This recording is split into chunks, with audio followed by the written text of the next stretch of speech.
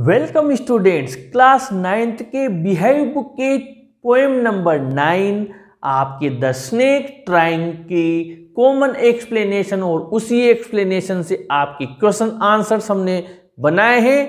आपको ये वीडियो देखने के बाद में जितने भी आपकी इसकी स्टेंजाज हैं उनकी कॉमन एक्सप्लेनेशन मिलेगी, साथ ही सभी क्वेश्चंस के आंसर्स भी आपको प्राप्त होंगे।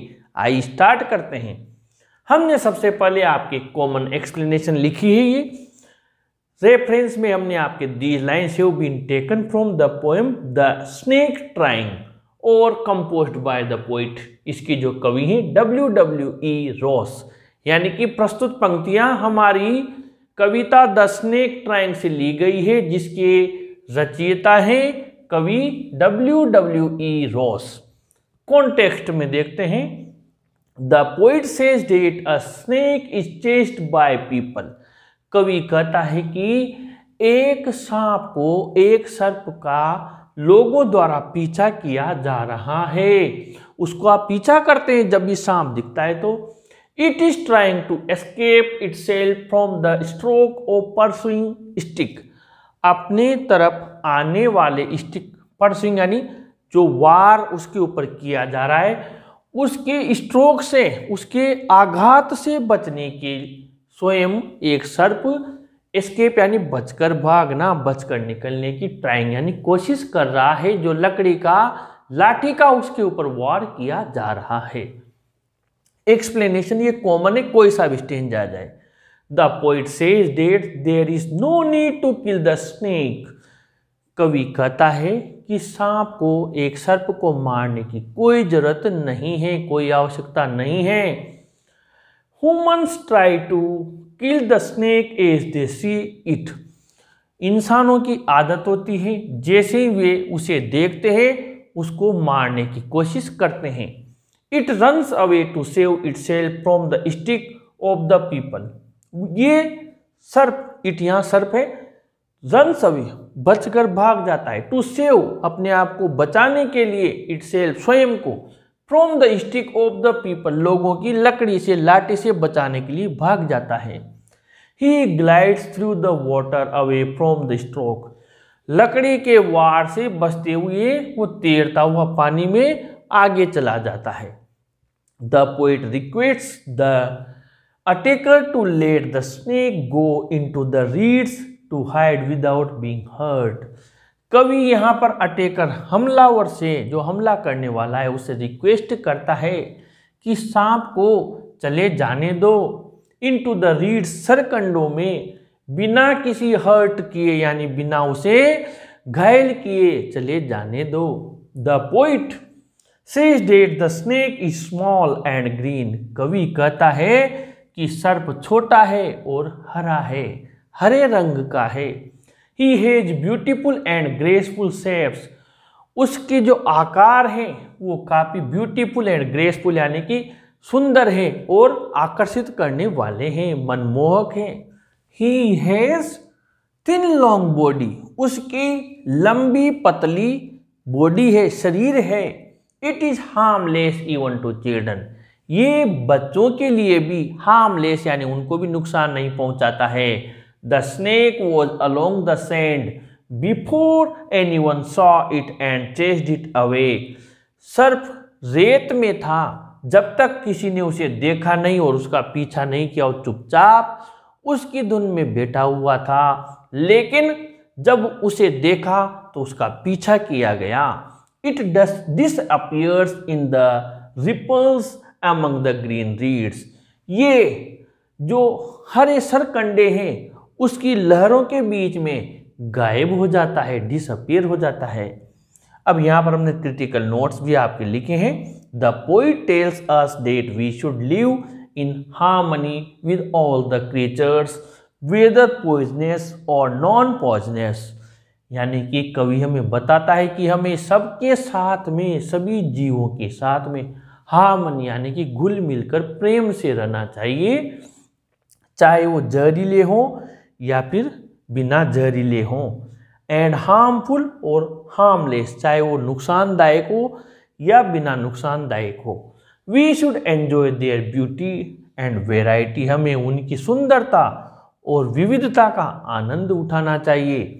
ये तो हो गई आपकी कॉमन एक्सप्लेनेशन। अब हम आपके इसके क्वेश्चन आंसर्स, ये जो हमने मैटर लिखा है इसी में से आपके क्वेश्चंस के आंसर्स भी आपको बता देते हैं।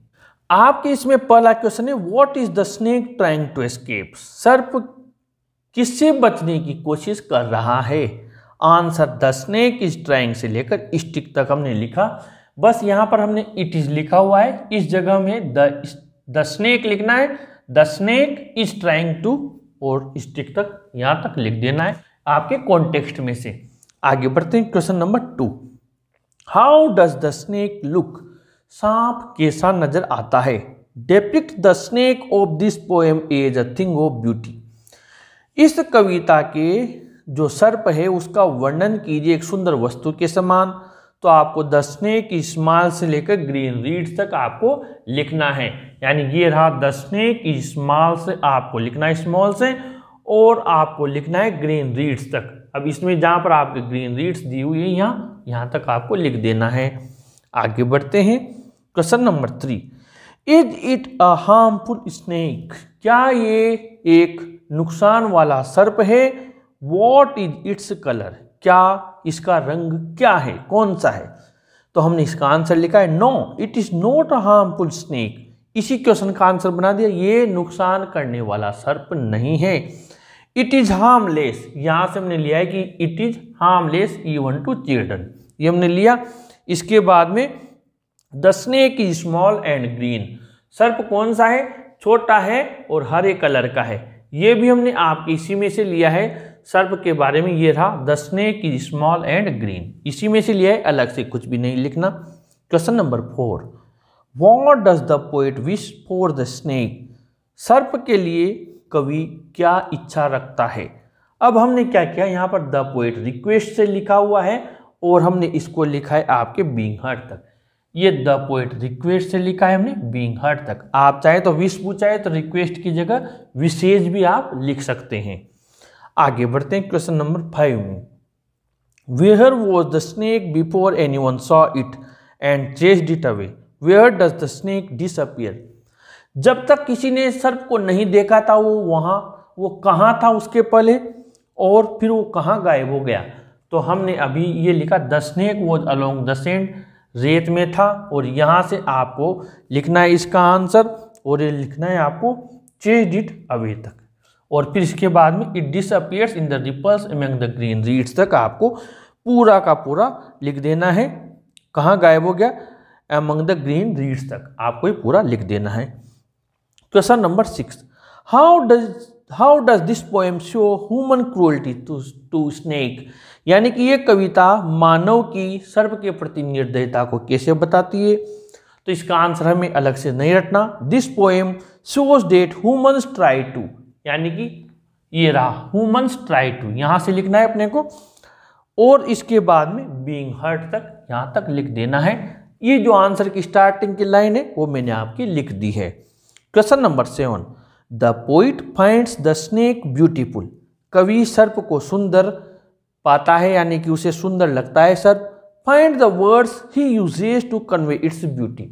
उन शब्दों को कविता में से आपको ढूंढना है, छांटना है, जो कि उसकी सुंदरता का वर्णन करते हैं। तो इसका आंसर हमने लिखा the poet says that's the snake is small से लेकर लॉन्ग बॉडी तक, और ये हमें मिला है द पोएट, ये रहा says that the snake is small से लेकर लॉन्ग बॉडी तक। आपका आंसर इसी में से बना दिया। Question number 8।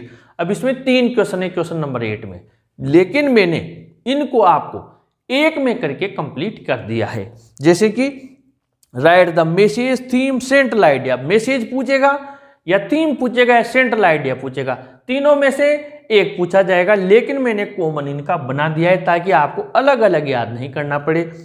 तो यहाँ पर कविता का संदेश क्या है, विषय वस्तु क्या है और केंद्रीय भाव क्या है, तो आपको कुछ नहीं करना। द मैसेज आए तो मैसेज लिख देना, oblique theme oblique central idea of the poem is that, और डेट से यहाँ से हमें लिखना है ये डेट रहा, यहाँ से लेकर वेराइटी तक आपको पूरा लिख देना है, अलग से रटने की जरूरत नहीं है। इस प्रकार हमने इसकी कॉमन एक्सप्लेनेशन के साथ में सारे क्वेश्चन के आंसर्स भी इसी मेथड से कंप्लीट किए। आप इस वीडियो को अपने फ्रेंड्स को भी शेयर करें, जरूर लाइक करें और अपने चैनल को जरूर सब्सक्राइब करें। Thank you.